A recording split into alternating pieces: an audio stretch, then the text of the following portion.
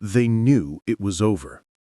The Japanese High Command sat in silence because the numbers coming from America didn't make any sense anymore. One admiral whispered something that changed everything. It wasn't about bombs or battles. It was about factories running 24 hours with workers they'd never even counted. Then, one general mentioned the thing that terrified them most. The final report revealed America's true weapon. The Japanese High Command realized too late that America's real power wasn't military. It was industrial might they couldn't comprehend. While Japan scraped together resources, America produced more ships, planes, and tanks than the entire Axis combined. Yamamoto's prediction proved devastatingly accurate. The sleeping giant had awakened. Their factories never stopped. Their resolve never wavered.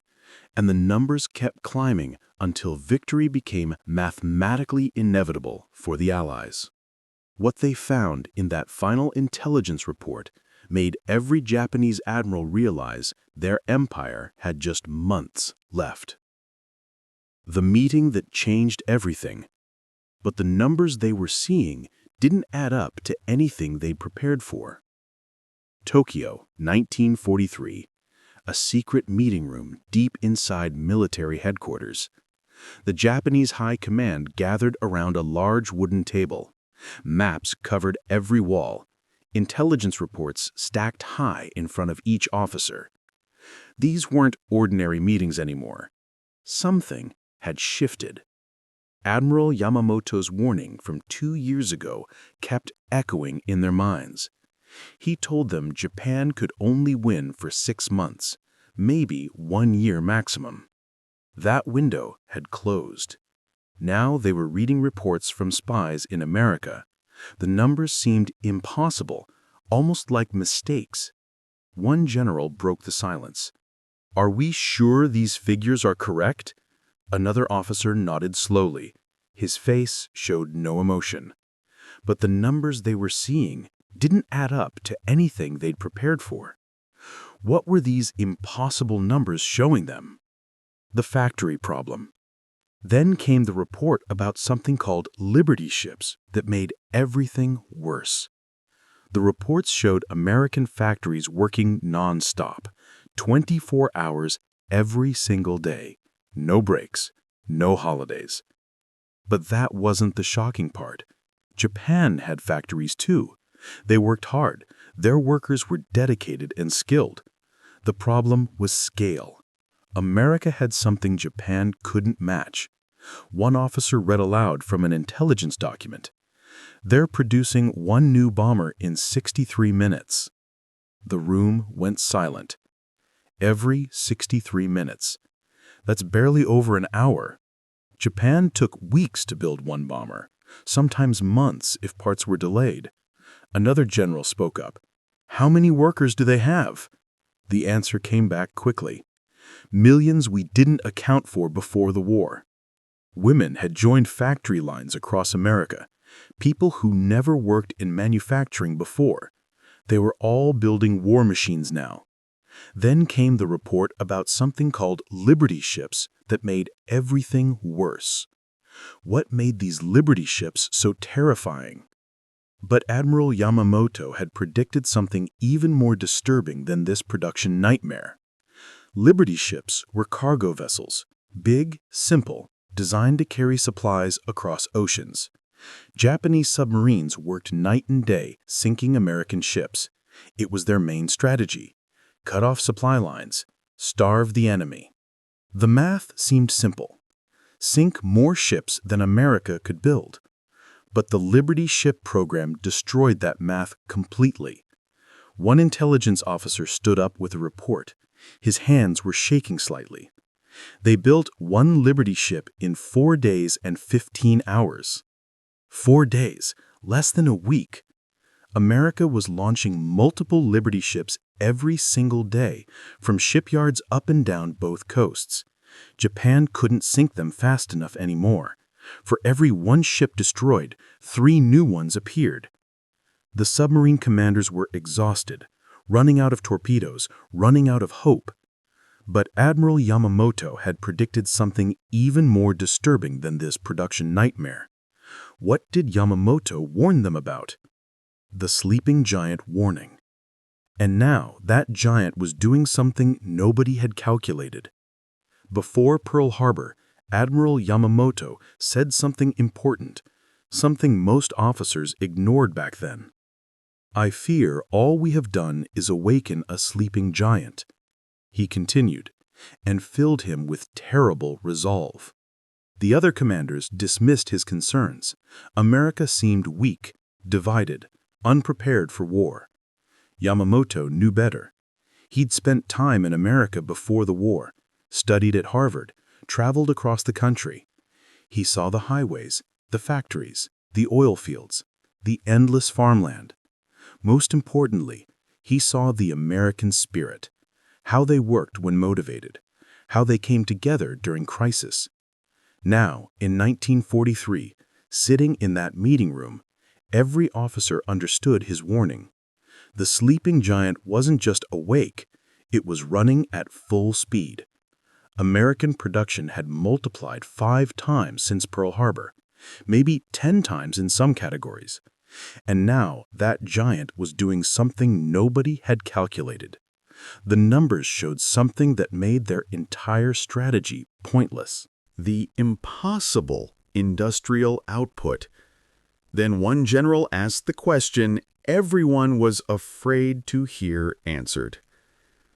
The reports kept coming, each one worse than the last.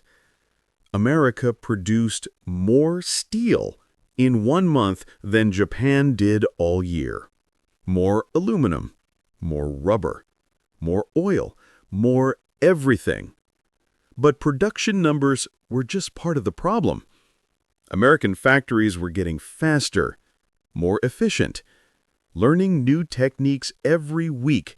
Something called assembly line production had transformed their manufacturing. Henry Ford's car-making methods now applied to bombers and tanks. One B-24 bomber needed hundreds of thousands of parts. America was making them faster than anyone thought possible. The Japanese generals studied their own production reports. They were falling behind more each month. Resources were running low. Raw materials harder to get.